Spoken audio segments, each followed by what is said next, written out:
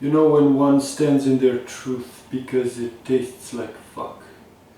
You know when one stands in the caliber of their truth. You know when one stands in the exact taste of their marrow.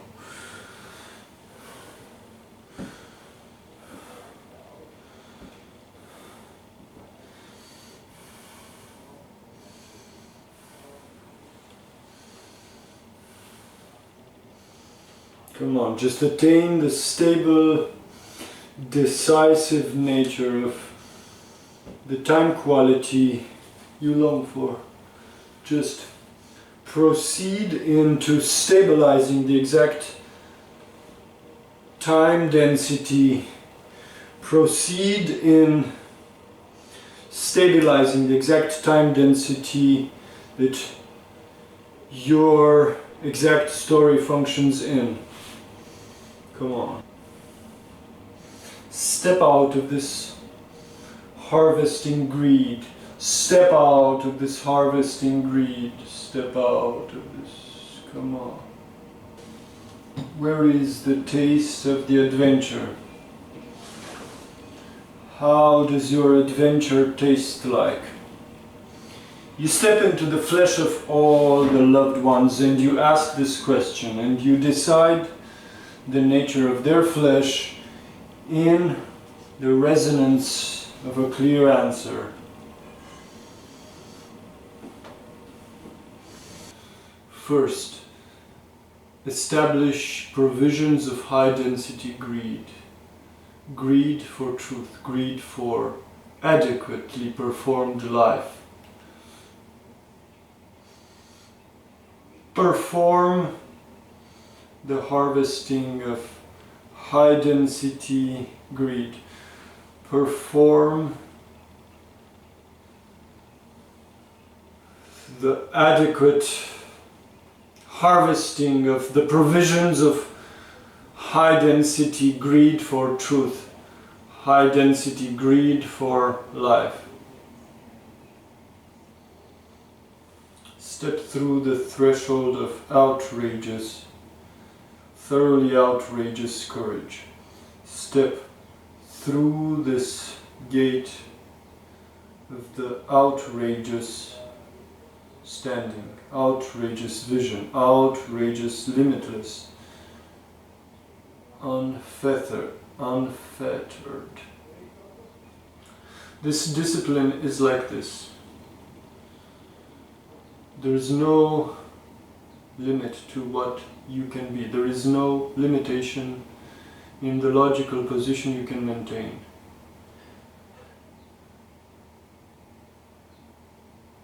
Produce the adequate forms of perception in whatever logical position you may wish to attain.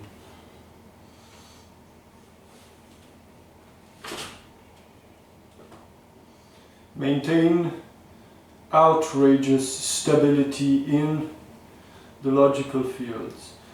Choose an exact logical field and then produce the adequate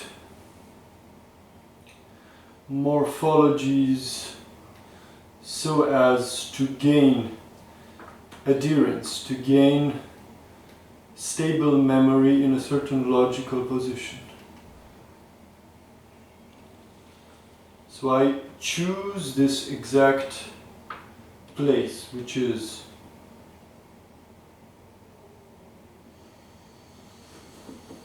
stand together with all of these fields of golden spines of prayer. Stand in the contemplation of the meaning supported by these fields of golden spines, the way they were severed and the way they shine bright in the golden light of the sun.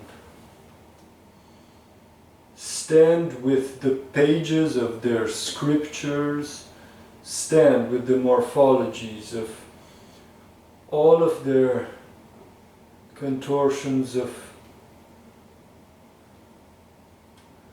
aspiration. Stand with all the contortions of their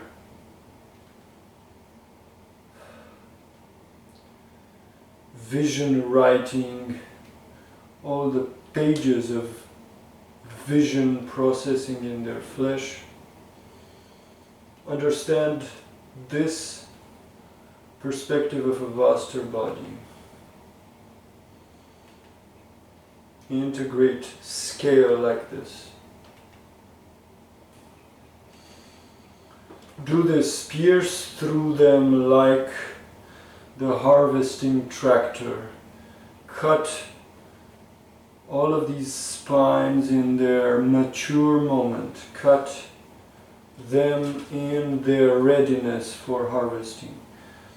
Cut these golden spines of capacity, these ready manuscripts for vision. Understand the nature of this outrageous position. Step into the discipline of the fierce fracture of the coordinates, of the shift of coordinates, the shift of logical coordinates. Step into this outrageous exercise. Step into the currents of the outrageous currents of ink. Step into the discipline of the contortions of the muscles of the outrage. So come on. Step into the sequence of the split body.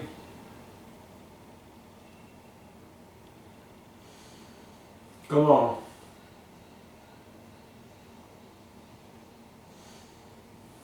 Understand how they need one another. Understand how they need one another. Understand the nature of this contortion. Understand the nature of this contortion. Remember, just stand in this discipline of the split body in which you can process simultaneously two different kingdoms of reality. One is process exact equations of experiential structure, and then shift into the domain of vision. Shift into how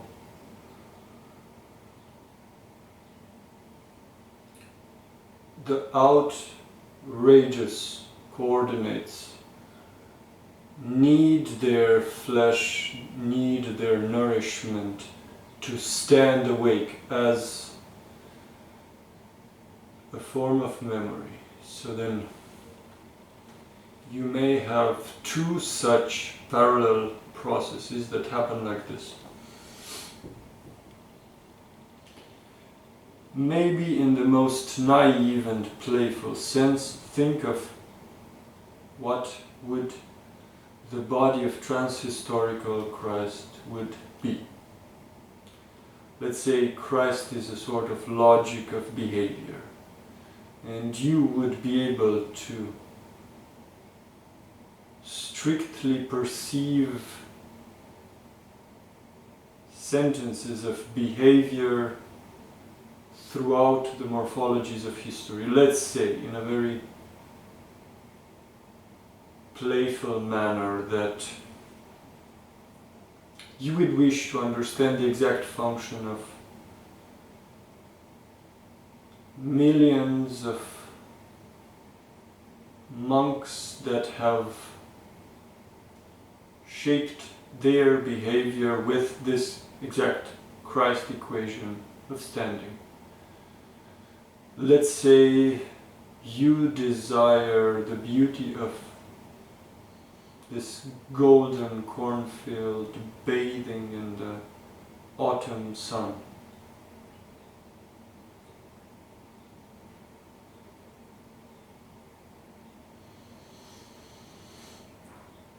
So you have the outrageous courage to stand in such a possibility of being, and you contemplate all of these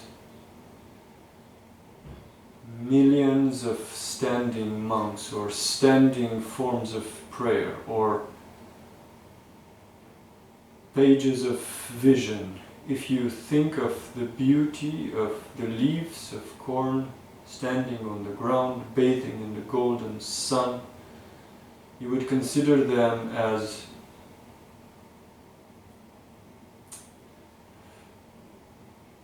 pages of the revelation, pages of the future life.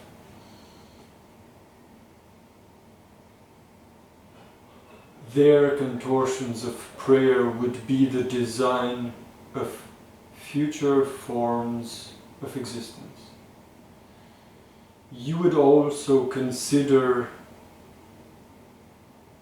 the imagination of the harvesting tractor and how it just cuts through these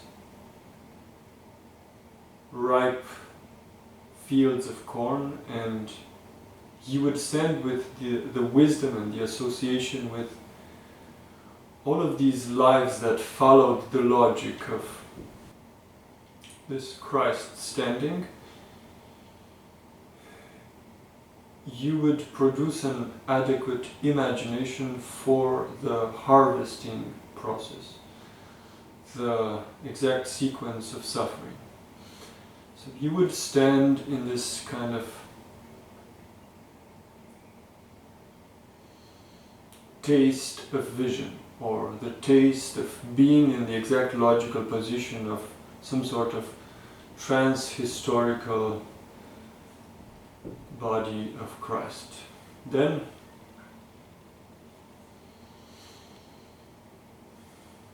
when you could simply return to the very basic, very common formations of experience, you could very well go to the most familiar or the most kindly accessible forms of experience related maybe to your daughters, and maybe the painful stand with the painful